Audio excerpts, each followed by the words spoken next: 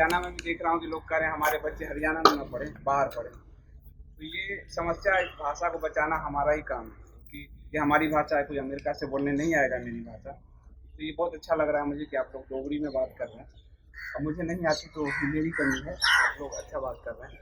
मैं दिल्ली से आया हूँ, पत्रकार हूँ और लेखक हूँ। 2002 से दिल्ली में ही जर्नलिज्म कर रहा हूँ और सारी सरकारों की मैंने रिपोर्ट की है, देखी है, चीज़ों को समझ रहा हूँ। एक चीज़ तो मुझे इतने दिनों में जर्नलिज्म के इतिहास से समझ में आ गया है। 2002 से मैं जर्नलिज्म में हूँ। जब साबरमती एक्सप्रेस जलाया गया था उस समय का, तो मुझे लगा था कि जब बहुत एक तरफा रिपोर्टिंग हो रही है तो मुझे जर्नलिज्म में जाना चाहिए, क्योंकि जो 59 लोग वो मरे थे उनके बारे में कहीं आप लोग भी कोई नहीं उनका नाम जानते हो। ट्रेन में जो जले आते से कोई अगर एक भी व्यक्ति का नाम जानता हो, क्योंकि वो मीडिया में कवर ही नहीं हुआ, उनके नाम ही नहीं बताए गए। लेकिन दूसरी तरफ हम एहसान जाफरी का नाम सब जानते हैं, आज तक हम जानते हैं। तो ये जो मीडिया था कि जो दो तरफा बात कर रहा है, उसमें छोटे बच्चे जले थे, महिलाएं जली थी। महिलाएं जब ट्रेन से बाहर आ रही थी तो उनको पाइप से धक्का मार के अंदर डाला जा रहा था। ये स्थिति थी पूरी। और जब वो कवर नहीं हो रहा था तो मुझे लगा था कि मुझे जर्नलिज्म में जाना चाहिए। और अगर आप देखिए तो वो 2002 था, उससे पहले आप 90 में भुगत चुके हैं, 90-92 में सब देख चुके हैं, 89 में देख चुके हैं। इसके बावजूद भी देखिए कि आज पहली बार जब कोई एक फिल्म आती है, कश्मीर फाइल करके एक फिल्म आती है, तो दुनिया को पता चलता है कि अच्छा भारत में ऐसा कुछ हुआ था क्या। तो ये जो बहुत बड़ा हमारे लिए गैप क्रिएट है कि हमारी कोई दर्द को, हमारी मौत को, हमारे संघार को भी कहीं कोई स्पेस नहीं मिलता है। वो ऐसा क्यों होता है? मीडिया ऐसा तो नहीं है कि उनको कवर करती है और हमको कवर क्यों नहीं करती है। ये अगर आप ध्यान से देखेंगे तो लगेगा कि आपको कि हमारे पास पॉलिटिकल पावर नहीं।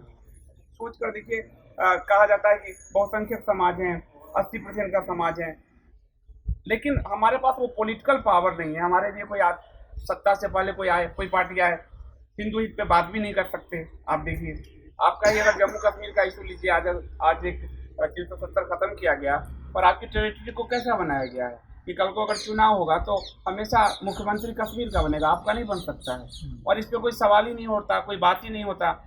जबकि हमेशा से जैसे अभी केंद्र में भाजपा है, और मैंने आरएसएस पे किताब लिखी हुई है गुरु गोलवलकर जी की, तो मैं उनके पुराने हिस्ट्री देख रहा था। उनके हिस्ट्री में था कि जम्मू को एक अलग स्टेट बनाना है, ये उनके शुरू से था। मधोक साहब ने भी लिखा, सबने लिखा है, पर अपने ही विचारों को खत्म करके और उसको जो आपको पूरा वहां जोड़ दिया। तो आप वोट देते रहोगे लेकिन आपकी आवाज किधर होगी? आप सिर्फ 5 साल में एक बार खड़े हो जाओगे वोट देने के लिए कि हमने इसको दे दिया, पर आपकी आवाज होगी किधर? मुख्यमंत्री उनके होंगे। कल को आपने देखा कि देश में एक गृह मंत्री बना, गृह मंत्री बनने के 1-2 महीने के अंदर आपको साफ कर दिया गया। तो कल के उनके मुख्यमंत्री, अब इतने लंबा तो आप देख ही रहे हो, फारूक शेख अब्दुल्ला से लेके अब तक, और आज भी जम्मू को अधिकार मिला नहीं। तो पॉलिटिकल पावर नहीं होने के कारण संख्या बहुत ज्यादा है लेकिन पॉलिटिकल पावर नहीं। जैसे हम जंगल में ले लें, जंगल में भेड़ों की संख्या बहुत ज्यादा होता है, पर शेर की दहाड़ सबको खत्म कर देती है। तो शेर की दहाड़ मतलब पॉलिटिकल पावर, और भेड़ों की संख्या मतलब हम हो गए, जो कि हम संख्या में हैं, वोट दे रहे हैं। कांग्रेस से थक जाते हैं तो हमने भाजपा को दिया, भाजपा में आई, उसने भी वही काम किया, तुष्टिकरण या जो भी आप देख रहे हैं। फिर इधर नेशनल कॉन्फ्रेंस से थकते हैं तो पीडीपी को देते हैं। यही घूम फिर के जो हो रहा है, जब तक हम, और ये आप देखिए पंचायती राज व्यवस्था में क्या किया गया कि आप अपने पावर खुद गेन करें पंचायत लेवल पे, वही पावर आपको गेन करना है यहाँ विधानसभा और संसद लेवल पे। कल को अगर मान लिया आपके यहाँ से एकजुट जम्मू पार्टी के सांसद के रूप में अंकुर जाते हैं, तो आपका जो मसला है वो संसद में रखा जा सकता है। अभी एक संसद में एक बात गई, अभी और यूनाइटेड नेशन में एक बात गई कि भारत में हिंदुओं का प्रोसिक्यूशन हो रहा है, उत्पीड़न हो रहा है। एक जो नित्यानंद स्वामी जी हैं, उन्होंने रिपोर्ट लगाई थी, जो एक यहाँ से उनको भी भागना पड़ा, एक अलग द्वीप लेके रह रहे हैं। तो यूनाइटेड नेशन को आश्चर्य हुआ कि भारत में हिंदुओं का प्रोसिक्यूशन 80% है हिंदू वहाँ। यानी 70 साल 75 साल में हम यूनाइटेड नेशन को ये नहीं बता पाए कि हमारे यहाँ एक घाटी पूरा हिंदू विहीन हो चुकी है। ये स्थिति है हमारी, हम सिर्फ संख्या बल में दिख रहे हैं। तो इस पोजीशन को तब हम खत्म कर सकते हैं या पोजीशन को बदल सकते हैं जब हमारा अपना पॉलिटिकल पावर होगा, और हम संसद में जब आवाज देंगे, तो जब संसद में हमारी बात जाएगी, वहां के वो रिकॉर्ड में आएगी, उस रिकॉर्ड को आप यूनाइटेड नेशन पे डाल सकते हो।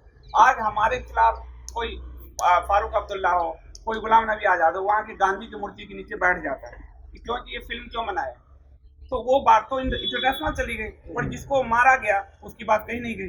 तो संसद में हमारा रिप्रेजेंटेशन चाहिए, विधानसभा में हमारा रिप्रेजेंटेशन चाहिए। और ये जो जम्मू जिसके पूरे चरित्र कश्मीर घाटी से अलग है, बिल्कुल अलग है चरित्र। बोली भी देखिए, रहन सहन देखिए, परंपरा देखिए।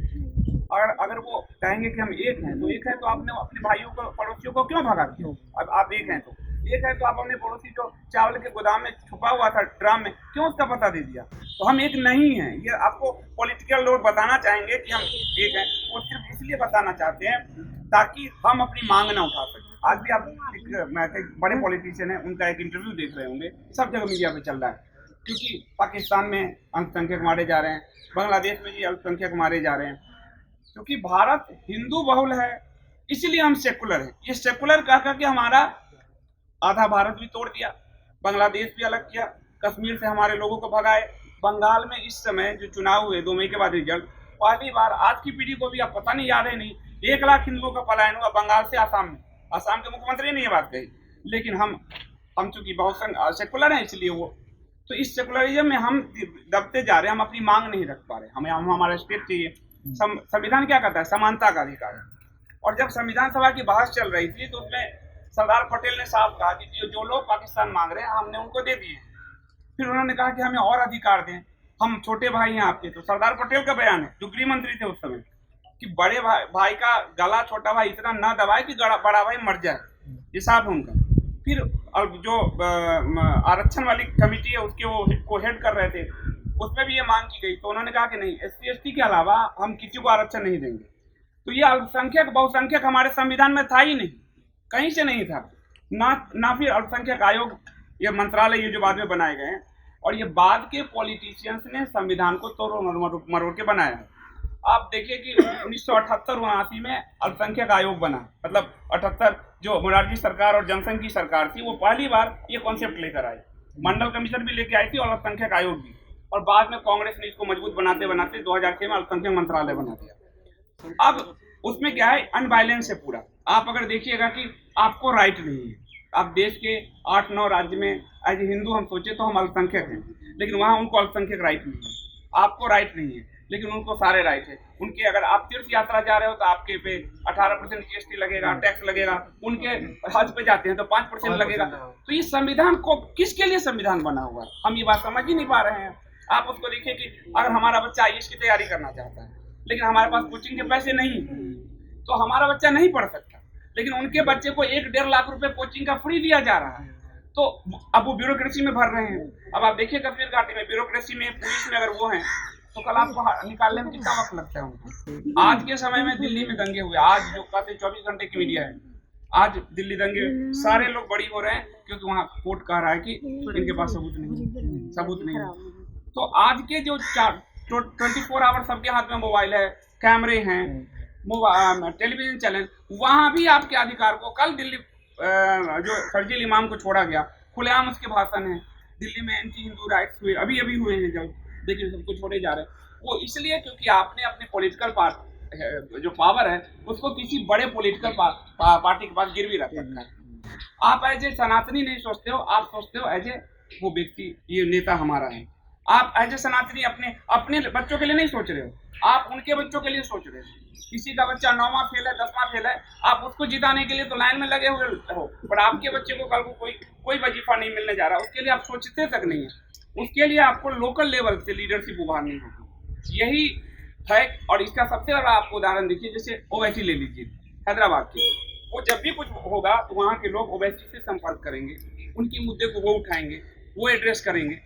हम किसको वोट दे रहे हैं? एक आदमी प्राइम मिनिस्टर है, हमारी बात वहाँ पहुँच ही नहीं पा रही। लोकल लीडर, लोकल ने कहा तुमने तो उसको वोट दिया था, उनके नाम पे हम तुम्हारे लिए क्यों कुछ करें, क्योंकि उनको मालूम है लोकल वाले को अगली बार इनको टिकट नहीं मिलना है। तो आप तो पूरी तरह से अपने हाथ काट रहे हो। और वो जम्मू वो जगह है जहाँ से पूरे देश में एक मैसेज जाता है। जम्मू कश्मीर पूरी दुनिया का एक कहिए केंद्र बिंदु है, और जम्मू में जो कुछ हो रहा है उसको जानबूझ के क्यों दबाया जाता है? क्योंकि पूरी दुनिया में स्प्रेड ना हो। यहाँ से अगर आप लोकल लीडरशिप जो सनातन विचारधारा का है, एकजुट जम्मू का मतलब होगा जम्मू के लोग सब एक हो जाएंगे, अपने अधिकारों के लिए एक हो जाएंगे। आप अपने अधिकारों के लिए नहीं लड़ोगे तो कोई नेता आपके अधिकार के लिए नहीं लड़ने जा रहा। किसी नेता अपनी अपनी सुविधाओं में लगा है, वो अपने बच्चे सेट करने में लगा है, अपने बिजनेसमैन सेट करने में लगा है। आपको मिल क्या रहा है? आप सोच ही नहीं पा रहे हो। केवल पार्टी में जा रहे हो, व्यक्ति में जा रहे हो। वो पार्टी ना तो आपकी है, कल वो पार्टी के जब एमएलए के पास भी जाओगे तो अरे अच्छा तुम आए थे क्या कभी, तुमने वोट दिया था क्या? आपकी पहचान तक नहीं है, गुमनाम से अपनी जीवन जी रहे हो, लेकिन नेताओं के पीछे अपने समय खराब कर रहे हो। लोकल लीडर चुनिए। ये अब मैं इसलिए कह रहा हूँ क्योंकि दैनिक जागरण जब हम लोगों ने स्टार्ट किया था उस समय दिल्ली में, तो लोकल वो कहा गया कि लोकल पेज निकालिए, लोकल लोगों की समस्याओं को एड्रेस कीजिए। और तब दैनिक जागरण 1 करोड़ का सर्कुलेशन का अखबार हुआ, क्योंकि लोगों को अपनी समस्या वहां सॉल्व होने लगी। अपनी समस्या आप तब सॉल्व कर सकते हो जब लीडर आपके बीच का हो। अगर वो कल कुछ नहीं कर रहा तो आप उसके घर पहुंच जाए, भैया आप मेरा प्रॉब्लम, ये मुद्दे आप संसद में आपने कहा था, अंकुर जी आपने तो कहा था ये सत्र खत्म हो गया, आपने उठाया क्यों नहीं? आप मोदी जी से तो कहा नहीं जाओगे कि आपने उठाया क्यों नहीं, क्योंकि वोट तो आपने लोकल लीडर को नहीं दिया। ओरिजिनली देखिए, या तो आप राहुल गांधी को देंगे या मोदी को देंगे, लोकल लीडर को तो दे नहीं रहे, तो उसको कोई मतलब है नहीं उससे आपसे। इसलिए लोकल लीडर चुनिए, अपने अधिकारों को लेकर आगे बढ़िए, और अगर आप अपने अधिकारों को पहचान गए तो आपके बच्चे भी पहचान जाएंगे। वरना कश्मीर घाटी में जिन्होंने नहीं पहचाने उनके बच्चों के साथ बुरा हुआ, ये बात आप समझ रहे हैं। और आज भी एक अपने देश में शरणार्थी होने का दर्द वो भुगत रहे हैं। तो मैं आप सबसे यही कहूंगा कि एक बहुत अच्छा प्रयास शुरू हुआ है एकजुट जम्मू, और हो सकता है कि आपकी सफलता, आप जो सफलता इनको दिलाएं, हो सकता है वो भारत की में कल को दोहराया जाए। हो सकता है ये पार्टी भारत के लेवल पे बढ़े, और कल भारत के लेवल पे बढ़ेगा तो कल आपकी अपनी पार्टी एक भारत के लेवल पे जाएगी। अभी कोई भी आपकी पार्टी भारत लेवल पे नहीं जा रही, तो कल आपकी समस्या पूरे भारत की समस्या जो है के रूप में देखी जाएगी, एड्रेस की जाएगी। इसलिए एकजुट जम्मू पार्टी को आप लोग अपना प्यार दीजिए, अपना समर्थन दीजिए। महिलाओं को सबसे आगे आना चाहिए। आज आप अगर ग्राफ देखो, नीतीश कुमार की जीत में महिलाओं की बड़ी भूमिका है, नरेंद्र मोदी जी की जीत में महिलाओं की बड़ी भूमिका है, बीजू पटनायक की जीत में महिलाओं की बड़ी भूमिका है, क्योंकि वो उन्होंने उसको एड्रेस किया है। आप देखो कि घर में जो भी चूल्हा दे रहे हैं या जो भी दे रहे हैं उन्होंने एड्रेस किया है। आपको अधिकार के लिए एड्रेस करना है। चूल्हा तो आप खरीद लोगे 4000 में खरीद करके, राइट जो है, क्योंकि जब दंगे होते हैं तो महिलाएं सबसे पहले भुगतती है। ये बहुत बहुत बड़ा विडम्बना है ये। इसलिए उस राइट को अपने घर तक पहुंचाइए, लोकल पार्टी को चुनिए आपकी, और लोकल लीडर आपकी समस्या को आगे ले जाए, और तब जाकर आप समाधान की ओर बढ़ेंगे।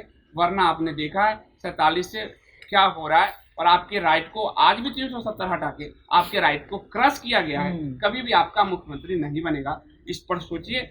और यंग हैं, अभी लंबा जीवन है, आपके साथ कंधे से कंधे मिला के वो लड़ सकते हैं, इस पर सोचिए। और अपनी पार्टी को संसद तक पहुंचाइए, दूसरी पार्टी को अपने घर में मत घुसाइए। इतना ही मैं कहूँगा।